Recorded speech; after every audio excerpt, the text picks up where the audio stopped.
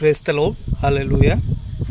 प्रभु जीशु आपण माननकु समस्त को आशीर्वाद करंतु। आजिकार दिन पाए मु गोटे सत्य कथा कहबाकू जीवी, गप नुहे कहानी नुहे, जहाँ शुणिली बहुत दुख भी लगिला जे सेमिति कहबा मो पक्षरे मु उचित मने करिनी। मु एते कि आपण मानकु कहबाकू जीवी जे केबे भी सेहीपरि न कहबा आलोचना करबा भल अटे, कारण प्रभु समानकु नियुक्ति देतांते विश्वासी मानकु कढ़ाई नेबा पाए। हेले आ माने विश्वासी माने छिनछत्र होई आउ प्रभु जीशुंकर लोक मानकर विभिन्न प्रकार समालोचना करि थाउ, जो द्वारा कि ताहा भल नुहे।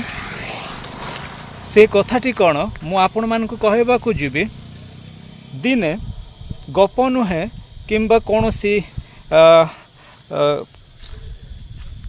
कहानी मनगड़ा कथा भी नुहे। मुझे कि कहबाकू जीवी जहाँ शुणिली जे दिनकर घटना, जड़े कर्मकर्ता पुराणा कर्मकर्ता को कहूची आज प्रभुंकर दास नहांती, से कौन से सेमिनार रे जाइचंती बाहर को। तो आउ से पुराणा कर्मकर्ता जिते नुआ कर्मकर्ता को पचारे से पुराणा कर्मकर्ता कथार से कौन सी उत्तर दे न पारि केवल सीधा कहले तांकर भातिया पानी बंद करदेबा, तांको भातिया पानी बंद करदेबा, एहीपरि आलोचना से माने कले।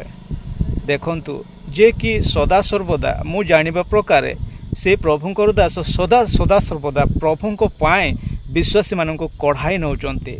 दिन बेले संध्या बेले प्रति रविवार से माननको कढ़ाई नेबा बेले भी तांको विपक्ष रे षड्यंत्र चलीची, तांको किछि पावना दिया जाउची मासिक, से ताहा मध्य बंद करबा आलोचना करथिले।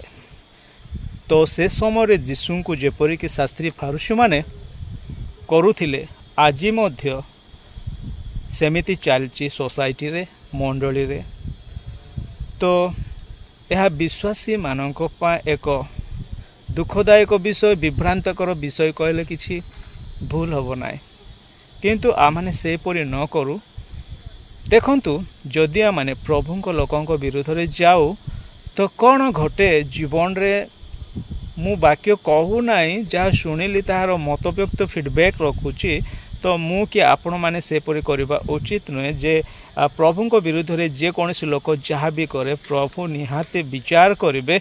आ माने मनुष्य भाव रे समस्ते पापी, तेणु आ माने कहार विचार न करू। जो कथा कि तांको भातिया पानी बंद करबा, यह सख्त धक्का देला, शुणिला परे खराब भी लागिला। तथापि प्रभु सेमानकु क्षमा करंतु, आशीर्वाद